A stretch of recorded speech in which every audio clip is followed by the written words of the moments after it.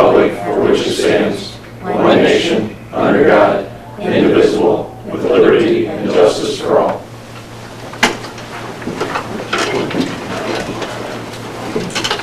Moment of silence.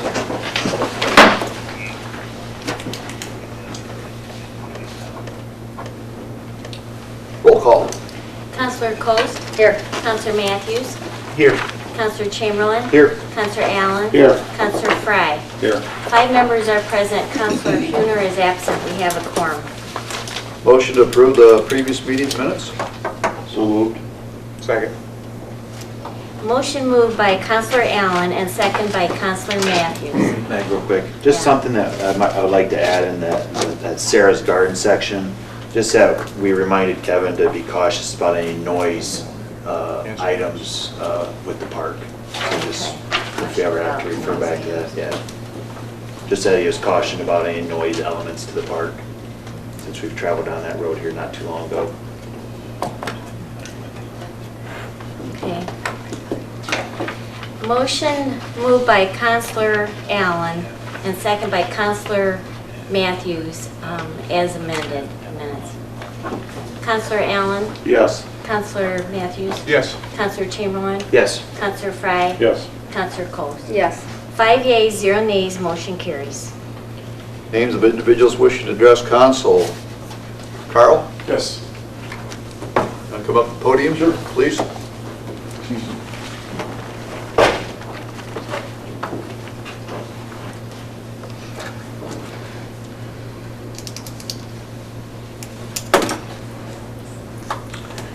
Appreciate your time this evening. I'm here to basically present a petition to the council to vacate an alley that's on my property. I'm in the process of selling. I have a buyer, and his title company came up with this alley, which is basically slowing everything down. So I talked to an attorney, and we drew up this petition, and we talked to the landowners that are close to my property that the alley affected, and they agreed to sign, and basically it no longer serves a public purpose. In fact, there is no alley there. Years ago there was something there, but there's no record of it being vacated. So that's my purpose here tonight, is basically ask permission for this alley to be vacated so I can sell my property. Carl, who owns the alley now? Oh, the alley is on my property. It is yours. It would be a public alley, the way it sits Okay. now, Public. in between his 2 pieces of property. I don't know how your title company missed it, but we can get it I fixed. think it was, the property was sold at least 3 times and it never came up until now. So I have no idea what happened there. But Because it only goes back, what, to the end, a little bit beyond your property. right. So it doesn't even go through to Marshall It Street. doesn't go through at all. And I've lived there 25 years, and this is the first I've heard of the alley was there. And the problem is, you know, I got to get this cleared up as quick as possible, because if I don't, my buyer's going to say, I'm done, I'm out of here. So thought I'd come up here and ask for your help tonight. I don't think there's going to be a problem vacating it, Carl. It's just how fast we can do it. That's going to be the issue. Is there any way, I'm sorry. Getting it done won't be a problem, it's just the time.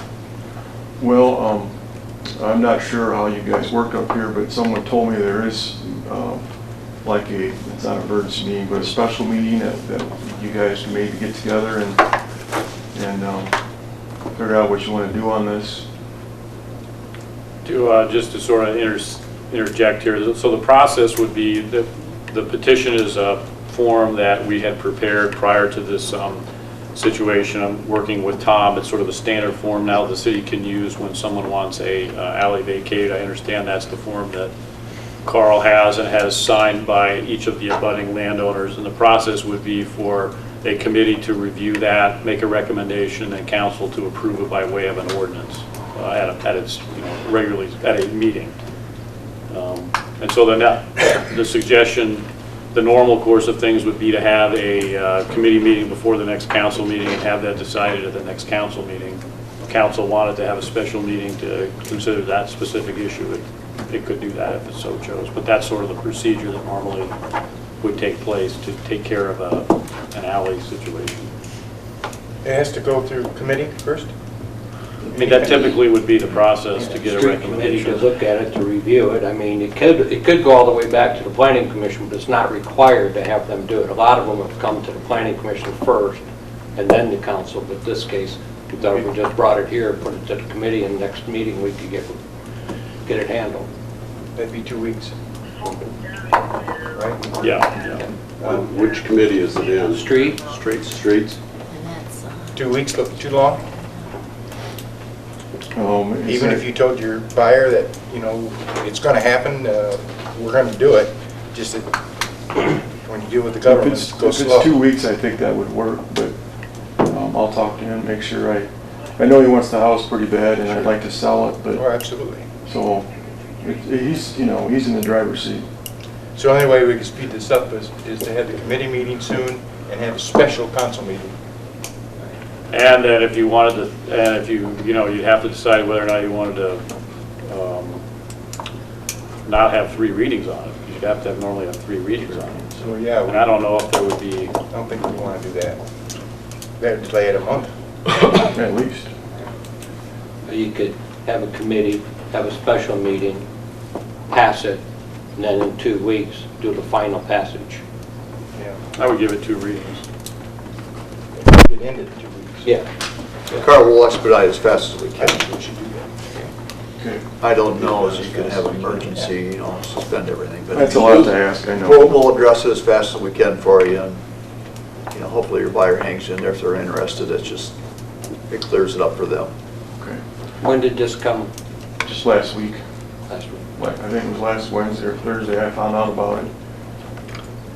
So, Carl, if you hear from your buyer that they're not happy with 2 weeks and they might walk away from the table, you know, let the mayor or Heather know, and we'll get it done as soon as we can for you, okay? okay, All I right. appreciate that.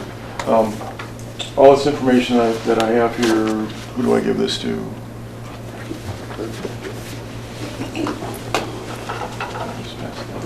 Thank you. Thanks, Carl. Gary, you bring us good news. Edison rate's going down, or? Stable. Is that all you can offer? Stable. That's it. Sorry. Hey, she's running, so.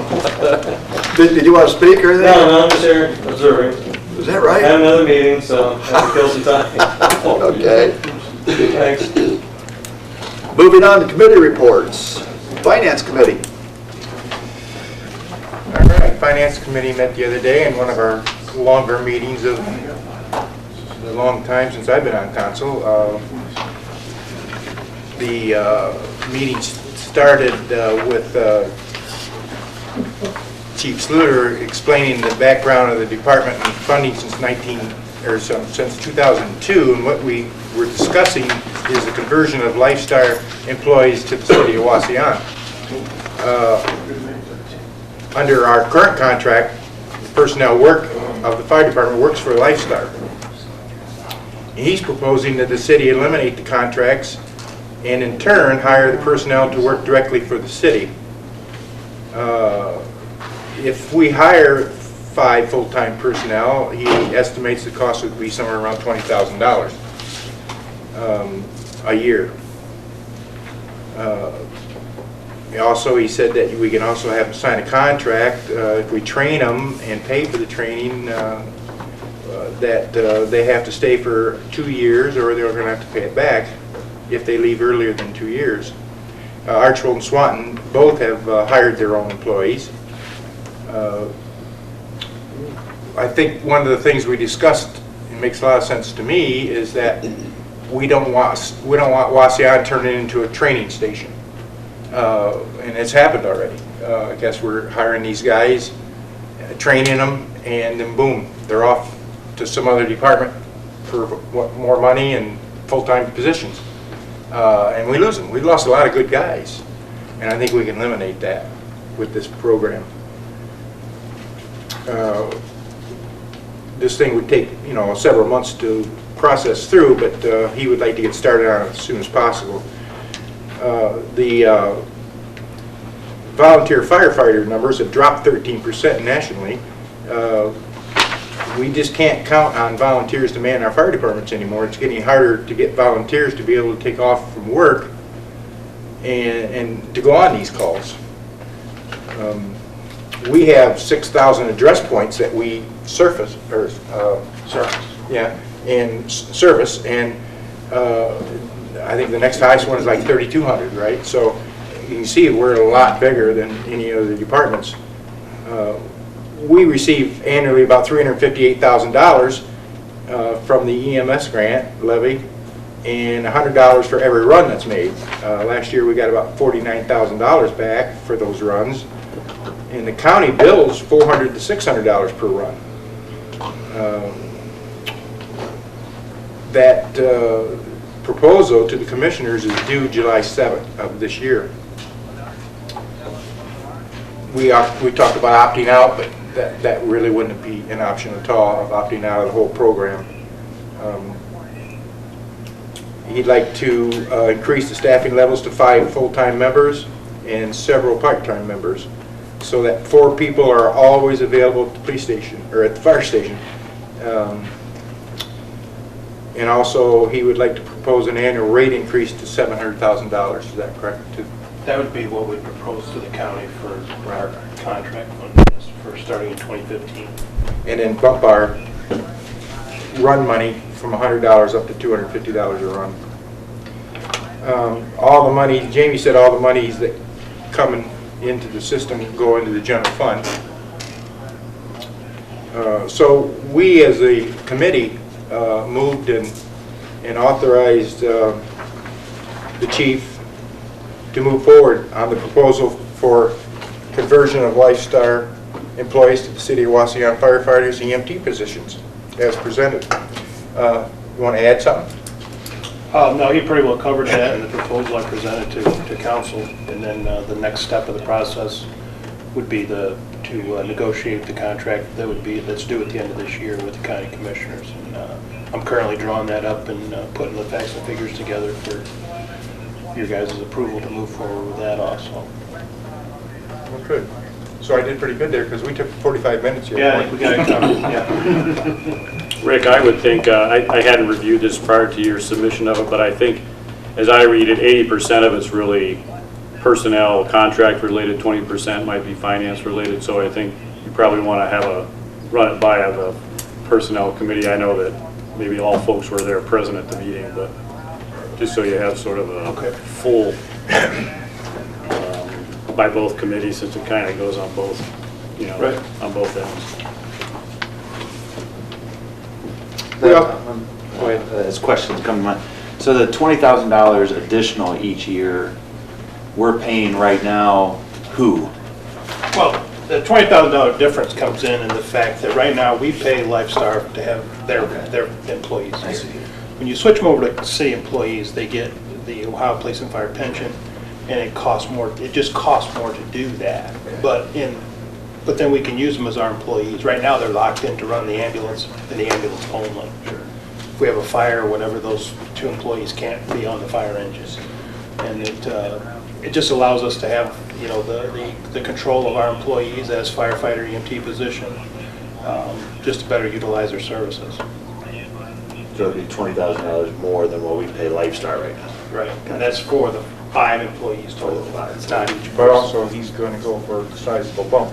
Right. And so also, that would really more than cover it if he's able to get more money. And as this process continues, more questions come up, it's going to be a few months to get this done, right? I need to have a proposal to the commissioners by the first of the month, their first session of July, because they start their budgeting process for next year. And then it'll be up to what they throw back to the city as to yay or nay. So that's going to help us gauge our decision making as well. Right. Okay. All right. Thanks, Chief. We had some general discussion about the fireworks out at Biddle Park on the 4th of July. A number of council people have been just kind of mentioning that maybe it's time for the city to step up and get back in it again, and I think we all pretty much agree that we should do that. So I asked Jamie, if there's any money available for anything like that. She did say that we received $6,200 from the State Fire Marshal's office as a reimbursement for fireworks. So that can be used for that. Reimbursement for fire training. And then that goes in the general fund, right? Okay. We had just discussed that maybe if we can find some extra money somewhere towards fireworks, I think it'd be a big help if it's needed, unless you get all the money you need. But I know it's tough every year for you guys to go out and beg for that. So, if there's any way that the city can help, we're certainly, at least I am anyway, all for it. So I left it up to Rick. I said, just see how the funding goes and fundraising goes, and then if you need something, let us know. We'll see what we can do about it. Great. Not being a member of Finance Committee, but I do echo the same as Councilman Matthews. I mean, as a voting member, if there's any need for financial assistance, I sure would listen, so. Very good, thanks. Thanks. And just the last part of the discussion was Rick Fry suggested that a donation box be placed at the concession stand, and that's a great idea, Rick. Last year we put fire boots at the concession stand, and people would buy a hot dog or whatever, some other things, and if there was 80 cents change or something, they threw it in the boot. And I don't know what we collected from it, but I looked at them a couple times, and there was some pretty decent amount of money in there. So, yeah, it's a great idea. I think we need to, if there's going to be any kind of donations, it needs to be up around the concession stand area. And the Wauseon Homecoming has given the city $5,000 from their last year's homecoming, and they requested it to be used for Biddle Park. So I don't know if we could use that, as under the umbrella of Biddle Park for fireworks or not, but because I don't know what they exactly want. If they wanted us to use it for, fencing or something, then we wouldn't want to use it on it. So anyway, that was into the fireworks discussion, and then we talked to David, and we talked about the earmarking all that money for the downtown revitalization for 2015 to 2020, and we're going to do it for $20,000 a year, and we've already put it in this year, and then every year when we have our budget talks, we'll have to put in $20,000 every year, correct? David Wright asked if the committee if we would consider grant funding from the revolving loan fund, and this will make our application look a lot better, he said. He stated that there are sufficient monies in this fund. So, after talking about that, the committee also moved to that the city utilize $100,000 from the revolving loan fund as the grant funds to be applied towards downtown revitalization. The last thing is we just had minor general discussion about personnel needs within the city and the future, perhaps outsourcing for human resource management or shared human resource services with another entity, and it might be very beneficial for the city. Hour and about an hour and a half meeting there, and that was the end of it. So, David, did I hit enough on what you wanted? I just wanted to hand that packet out.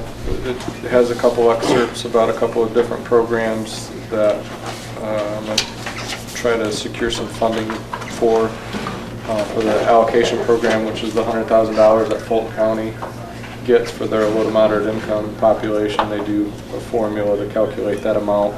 And then there's another portion that explains the downtown revitalization grant. I just wanted to make sure that I highlighted where it talks about the revolving loan fund participation, and it does express that there is a requirement, strong urge to use that money for any of these eligible projects for community development or economic development projects. and I appreciate all your trust, but I wanted to get something formally in front of you. I mean, I hope at least that the folks downtown that have vested interest in downtown see the commitment from the city. You know, we've agreed to, you know, allocate $20,000 a year for the next, I think, 5 years. Yep. Revolving loan fund money. So I think we're serious as a body to make downtown. Yeah, and look at all the work that that man's doing. Yep. I mean, he Well, and I'm spent also, hours. I'll pursue county commissioners also for a portion of the allocation program money and a portion of their RLF fund too. I haven't formally requested that, but I'll be doing the same thing Yeah, I agree. with those folks too, so. It Thanks for won't your just just be time. the downtown folks that notice it, it'll be the state also, hopefully. So hopefully we'll get this grant approved within the next year or so. Geez, Don, that wasn't even a tree report. I even told Meg to make sure she shortened it up too. I knew it was a long meeting. Okay. We need a recommendation to accept the, motion to accept the recommendations from Finance for Chief Sluter's move to the proposal for the conversion to Lifestar employees with the stipulation that goes to personnel and checks that over. And then a motion to accept the recommendation, the $100,000 revolving loan fund for the applied, the grant toward downtown revitalization. You want these as one motion or two? Do it if you want. Okay. Typically, you do it as one unless there's Questions? one that you want to pull apart. If there's some, you know, if it's going to be unanimous, then I don't think you need to do that. But you can ask to have it pulled apart if you want. I make a motion that we accept the Finance Committee's report as submitted And the recommendations. and their recommendations. I'd second that we accept both of those recommendations.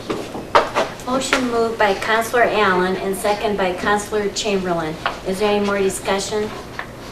Counselor Allen? Yes. Counselor Chamberlain? Yes. Counselor Frye? Yes. Counselor Matthews? Yes. Counselor Coats? Yes. 5 yeas, 0 nays, motion carries. Tree Commission. Tree Commission met on May 15th,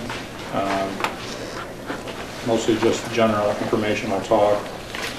We talked about Arbor Day presentations at first grade and the middle school program. Tom Savage reported that all the trees planted within the last couple of years have been pruned and fertilized. Pete Carr is still working on a grant. Kim Bowles has been sworn in as a new member. And Jim Spees asked a question about the Richard Mall lease and the status of the transplanting trees from that property. And as of that date, nothing had been done, but since then, there's been 10 trees moved from that property to the Biddle Park playground area. I think they've stopped. Gonna be waiting till fall to plant. And that's about it. All right, thanks.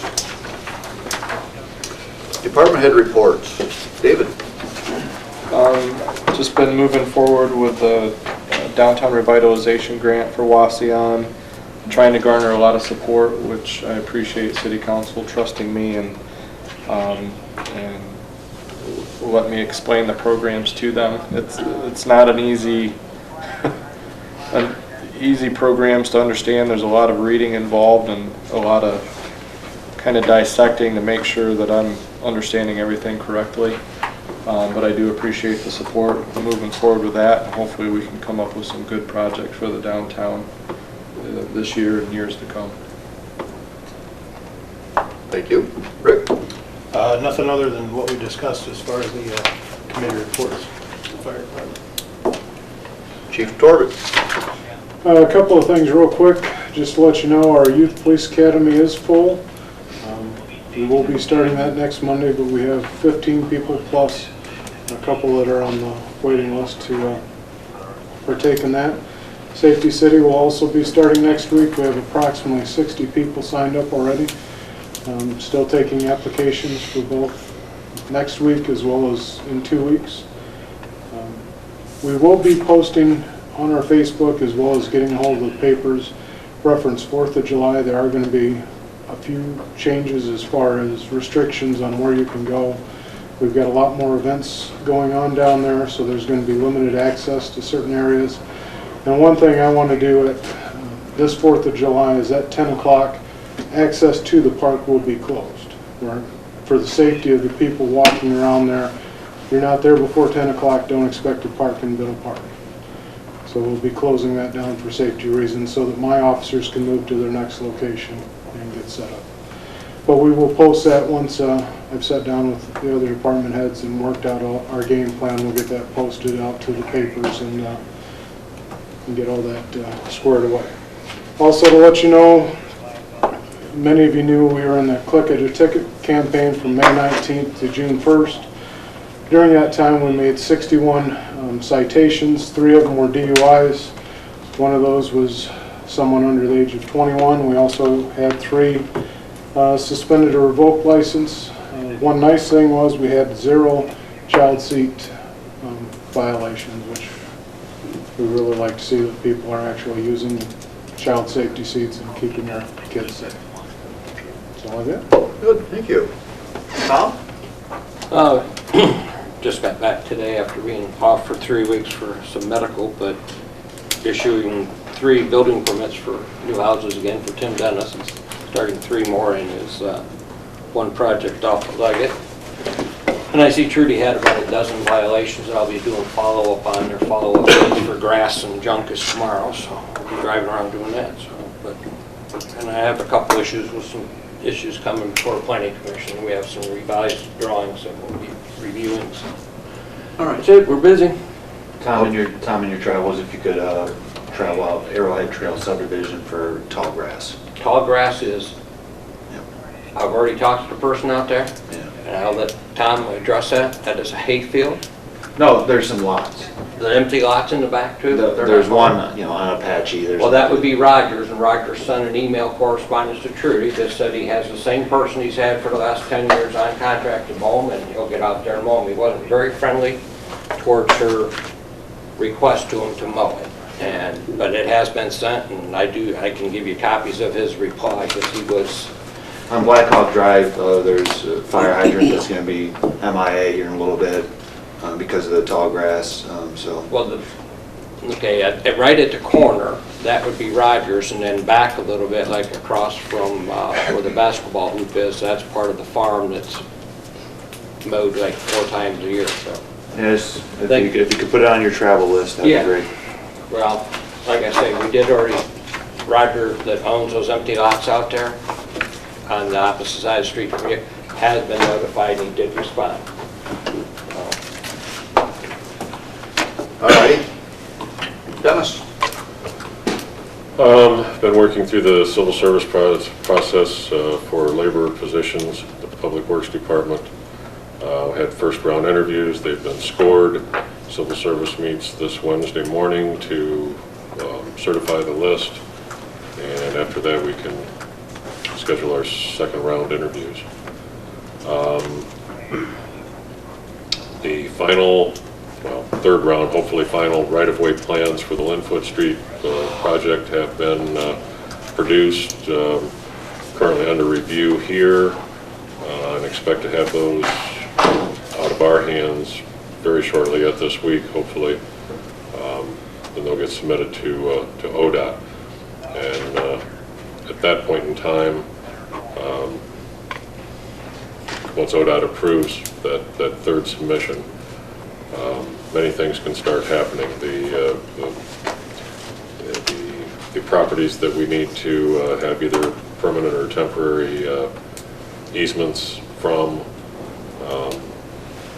they can begin to be contacted, and hopefully the ball gets rolling in the right direction. We are still waiting for the environmental reports for the Phase 2 properties that we had to do, but those ought to be forthcoming as well. This morning, first thing at 8 o'clock, the Fulton County Economic Development Commission had its second official meeting. Mr. Keys, out in the audience from Toledo Edison, was elected to the executive committee of that body, and he's no stranger to that process. He's sat on several boards in different jurisdictions. and he's been a part of the Fulton County CIC for probably as long as I have or close to it, so that's a long time. Anyway, busy, thank you. All right, thank you. Jamie? I wanted to call your attention to Resolution 2014-9. It was brought to my attention Friday, so you didn't hear about this at your committee of the whole meeting, that Keith Corbett now has enough money in his drug fund to purchase a vehicle, so I needed to increase the budget for that. Then we also had a large refund that came in Friday as well, that I needed to increase the income tax refund. Patrol car? New patrol car? Yes. Have you received your vehicle yet? It should be the end of this week is when it's fully complete. That's all I have. Any other questions? Tom? I'm continuing to work sort of in the background with the Union Cemetery and making sure that financing takes place and that the proper rules are followed with respect to the bidding process and that sort of thing. And also just generally we're looking at seeing if we can, we've received some calls regarding the assessment ordinance on the property out in Glenwood, and so we're taking another look at that to see if there's any relief that can be available under the code. It's a 20, if you remember, there's a 20-year triggering mechanism which will trigger in 20 years for those folks who haven't developed the property. So we're looking to see if something can be done with that. That's probably enough for tonight. All righty, thank you. Been busy. Moving on to first reading legislation. Resolution 2014-9, amend ordinance 2013-12, annual appropriation ordinance by authorizing the Director of Finance to increase or decrease certain line item appropriations within the various funds listed within the year 2014. So moved. Second. Motion moved by Counselor Matthews and second by Counselor Coast. Is there any discussion? Counselor Matthews? Yes. Counselor Coast? Yes. Counselor Chamberlain? Yes. Counselor Allen? Yes. Counselor Fry? Yes. 5 yeas, 0 nays. Resolution 2014-9 passes and is now in effect. Moving, no second readings, so moving on to third reading legislation. Ordinance 2014-4, amending section 1301.08 of the codified ordinances of the city of Wauseon, require contractors to hold a state license. Third reading. Second. Motion moved by Counselor Coast and second by Counselor Allen. Is there any discussion? Counselor Coast? Yes. Counselor Allen? Yes. Counselor Matthews? Yes. Counselor Chamberlain? Yes. Counselor Fry? Yes. 5 yeas, 0 nays. Ordinance 2014-4 passes on third reading and will be in effect in 30 days. Resolution 2014-6, authorizing the mayor to enter a mutual police aid agreement with emergency police services with surrounding municipal corporations. Third reading. Second. Motion moved by Counselor Coast and second by Counselor Matthews. Is there any discussion? Counselor Coast? Yes. Counselor Matthews? Yes. Counselor Chamberlain? Yes. Counselor Allen? Yes. Counselor Fry? Yes. 5 yeas, 0 nays. Resolution 2014-6 passes on third reading and will be in effect in 30 days. Moving on to new business. Anybody have any good of the order? Does anybody know anybody at Edison that could dim the lights on Glenwood for 4th of July? Anybody? No? Okay. They've been very kind to us every 4th of July. We can handle it. Thanks, Gary. Okay. Need a motion to approve the bills as presented. He's not going to show up again. So moved. Second. Motion moved by Counselor Coast and second by Counselor Matthews. Counselor Coast? Yes. Counselor Matthews? Yes. Counselor Chamberlain? Yes. Counselor Allen? Yes. Counselor Fry? 5 yeas, 0 nays. Motion carries. Motion to adjourn. Motion moved by Counselor Allen and second by Counselor Coast for adjournment. All in favor? Aye. Motion carries.